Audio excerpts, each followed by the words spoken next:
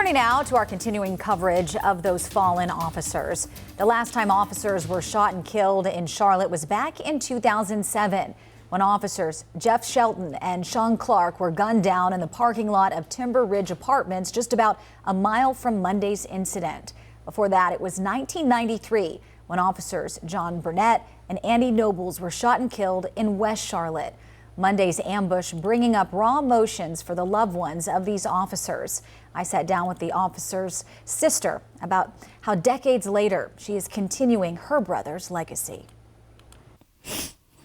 But you never get through it. You never get through it. It's been 30 years since Kim Dellinger's brother, CMPD Officer John Burnette, was killed in the line of duty. And he decided he wanted to try to be a police officer because he wanted to help people. Officer Burnette and Officer Andy Nobles were two of the first community policing officers in the city. They were killed in October of 1993 chasing a car theft suspect. Both officers were shot and killed. And the news clipping came through. I knew in my gut.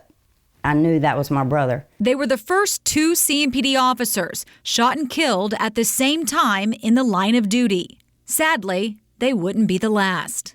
Kim says she's been watching the coverage of the recent 4 officers shot and killed in East Charlotte. What was that like for you when you saw the news of the officers? For one, it brings back the trauma of what we went through. But mostly, I feel for the families.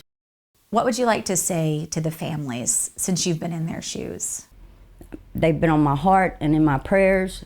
Y'all have a long road ahead of you, but you will make it. Kim says one thing has sustained her through it all. God, I pray. It's hard because you have to think of how they lost their life. Yes, they were protecting and serving us. You know, they were doing a good thing. Oh yeah, I think about him every day. Every day. I have 3 children, I have 7 grandsons, and every one of them know the story about John. They know about the police officers. We've kept his memory alive.